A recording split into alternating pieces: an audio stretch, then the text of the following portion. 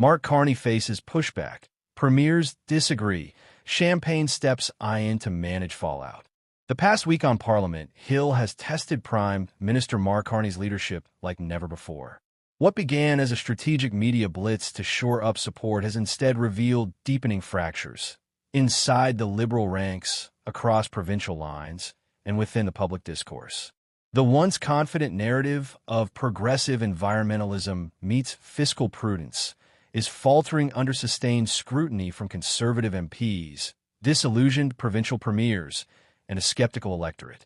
Conservative ethics critic Michael Barrett initiated the salvo, reminding Canadians that Carney personally endorsed the West Coast tanker ban during his campaign. Barrett highlighted that this ideological decision essentially shut down potential LNG development in British Columbia, undercutting domestic energy opportunities and paving the way for foreign competitors to fill the gap. The question posed to Carney was simple. Did ideology come at the expense of Canadian jobs? That sharp disruption echoed beyond the chamber, amplified by premiers like Alberta's Danielle Smith and Saskatchewan's Scott Moe, both of whom have been clear that federal energy restrictions are harming their provincial economies. Carney's policy defense, that the tanker ban aligns with Canada's climate commitments, struggled to land amidst stories of layoffs at LNG projects and stalled proposals across the prairies. The pushback was swift and pointed. Carney may be a well-liked global figure, a former Bank of Canada governor, but his domestic environmental stance lacks tangible benefit for Canadians facing economic hardship. Even loyal Liberal cabinet ministers are reportedly urging a pivot toward policies that yield immediate economic returns. Underlining this economic anxiety, Conservative MP Richard Bragdon framed the carbon tax increases, particularly the recent 23% hike on essentials like groceries, fuel, and home heating, as more than a policy tool. It was an impending burden. He branded the government as forming a carbon tax coalition, with the NDP leader pointing out that inflation on basic needs remains uncomfortably high, even as emissions climb. This narrative has struck a chord with middle-class families who feel sticker shock at the checkout and at the pump. Carney counters that carbon pricing rebates and climate measures are universally available across the country and currently softening the blow. But critics argue that rebate checks arrive slowly, while prices are immediate, leading many to wonder if the plan genuinely helps. Out of the debate, Conservative leader Pierre Poilievre has seized the moment, framing himself as the leader willing to axe the tax and offer relief. His message is resonating with Canadians who feel caught in the gap between long-term climate visions and short-term cost pressures.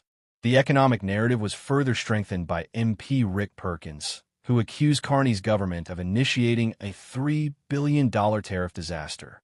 He explained that Canada's delay on infrastructure projects, pipelines, transmission lines, and critical trade routes has triggered retaliatory tariffs against Democratic allies. Perkins warned that these barriers aren't just diplomatic headaches. They translate into higher consumer costs and stalled economic opportunities. In the House, Finance Minister François-Philippe Champagne moved to calm the turbulence, holding emergency meetings with provincial finance ministers and promising resolution. But sources suggest Champagne's behind-the-scenes efforts indicate the government recognizes the depth of the problem.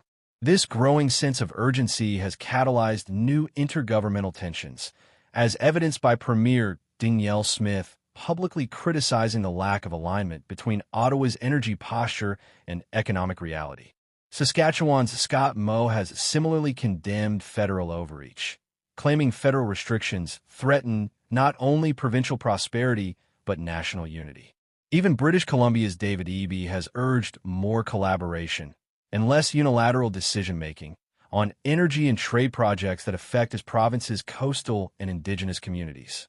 Amid escalating provincial backlash, Conservative critics turn the moral lens on one of the quieter controversies: Canada's continued importation of solar panels manufactured in China, allegedly linked to forced Uyghur labor. MP Bob Zimmer accused Carney's government of glaring hypocrisy, punishing Democratic allies with tariffs while remaining blind to human rights abuses tied to imported clean energy materials. Liberal replies invoked Canada's rules-based trade principles, but Zimmer's implication of inconsistency stirred a powerful reaction across party lines and grassroots advocacy circles. Carney has responded by reinforcing a narrative of long-term thinking.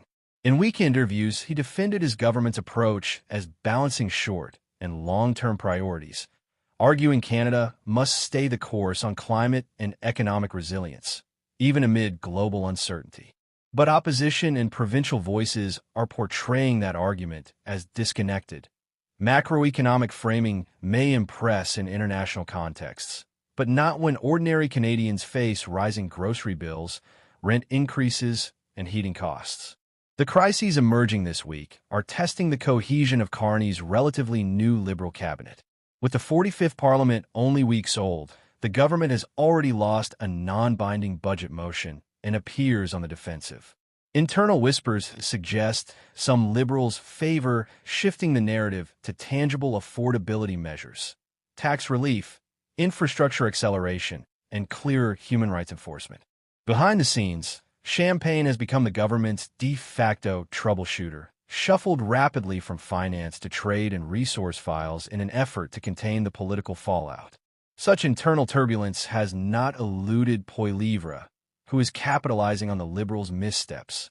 With the Conservative vote share surging to levels not seen since 1988 and a resurgence in the prairies and working-class Ontario, Poilievre is keen to accelerate momentum. His message is consistent: build pipelines, eliminate the tax, defend human rights, and restore affordability. His campaign tour in Sudbury and Battle River continues to underscore that vision. And critics say the Liberals are focusing too much on climate optics at the expense of economic realities. For Carney, managing this widening crisis may prove more difficult than weathering the occasional storm in question period. His global credentials and calm demeanor are assets, but the domestic pressure is mounting from every side. One thing is clear: without policy shifts and expedited action, the Liberal narrative of long-term progress may give way to a more immediate alternative, a conservative platform of economic rebuilding and fiscal relief. If this week marks a turning point, Carney's next steps will determine whether his government adapts or retreats. The path forward will need to reconcile climate ambition with economic pragmatism, provincial engagement with federal leadership, and ethical clarity with policy coherence. The public is watching, and their patience may be wearing thin.